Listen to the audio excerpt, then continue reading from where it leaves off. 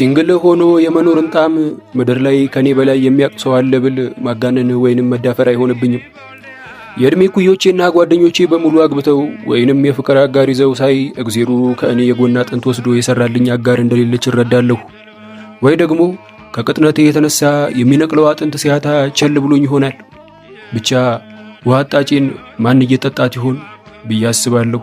እኔም ደግሞ ተሰብስቤ መጠገን አለብኝ ብዬ ነበር ሃይማኖትን ኢንስታግራም ላይ 1 ዓመት ከ6 ወር ሙሉ የጀነጀንኳት።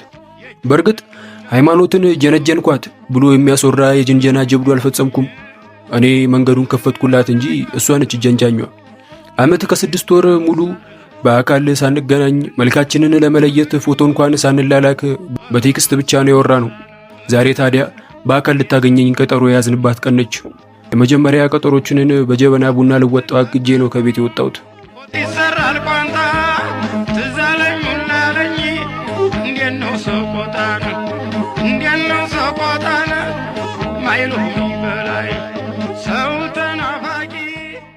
ከቀጠሮ ቦታ ደርሼ ሃይማኖትን እየጠበቅኳት በጥበቄ መሃል አንድ ወንድ ትሁን ሴት ትሁን በቅጡ ጾታዋን መለየት የሚያዳግት ሴት ከጎኔ መጣ ጸጉሯን እያፍተለተለች ነብሲ ስንት ሰዓት ነው ብላ ጠየቀችኝ።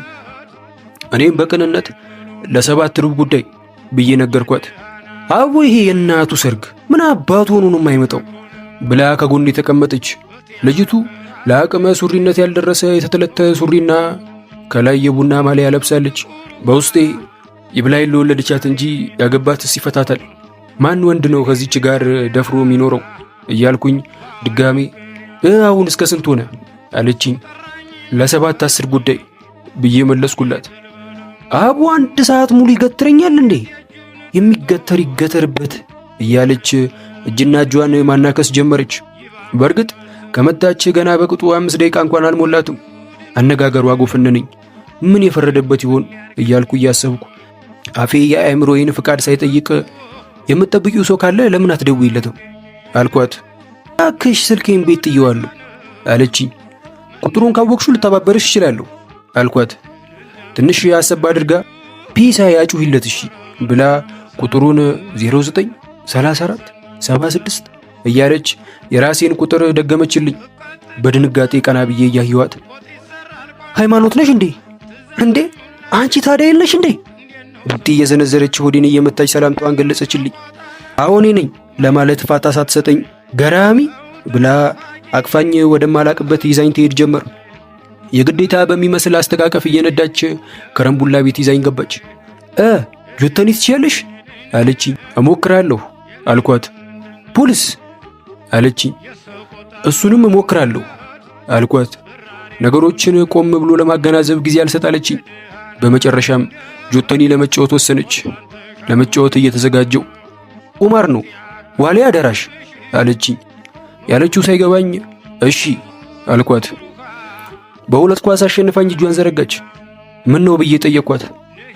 ውረድ አለችኝ። እግዜር ምን ዋለ ይጣለኝ እያልኩ ብር እንዳልያዝኩ ስነግራት ሰዓቴን አስወልቃ ወሰደችው። ቀስ እያለች ስልኬን ጃኬቴን በልታኝ ባዶዬን አስቀረችኝ።